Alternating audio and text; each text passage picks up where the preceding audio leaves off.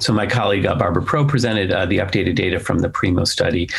So PRIMO is a Phase II registrational study of Duvelisib as a single agent in peripheral T-cell lymphoma. And what we presented last year was data on the initial dose optimization cohort. So for very little background, Duvelisib is approved for follicular and CLL in the relapse setting at a dose of 25 milligrams twice daily. And the way the initial Phase I study was done, in which there was about a 50% response rate in 16 patients with peripheral T-cell lymphoma, is that all or almost all the patients with PTCL were treated at 75 milligrams BID, which was the MTD, but much higher, threefold higher than the FDA-approved dose.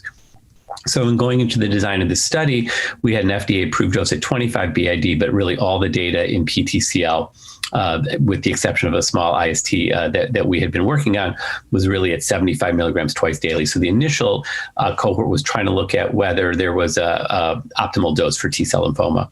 And what we showed there was that while there were responses to both 25 and 75 BID, there was a higher rate of early progression in those with 25 milligrams twice daily. And that may have been due to some early cycle 1 PK or maybe less consistent absorption at those lower doses. However, it was pretty clear that toxicity, particularly long-term toxicity with PI3 kinase inhibitors, is higher with long-term use of 75 twice daily. So the main Phase II portion of the study now was decided to treat patients at 75 milligrams twice daily for the initial 2 cycles, and those patients who do not progress then have a dose reduction to 25 twice daily. So we just showed an update of the next 25 patients in that cohort. Was sort of the pre-plan when that schedule was decided. And what we see is consistent results. So the response rates, if you look overall, are still between 40 and 50%. We're seeing fairly good activity, again, very early. But it looks like there's some pretty reasonable single agent activity in the 40 to 50% range.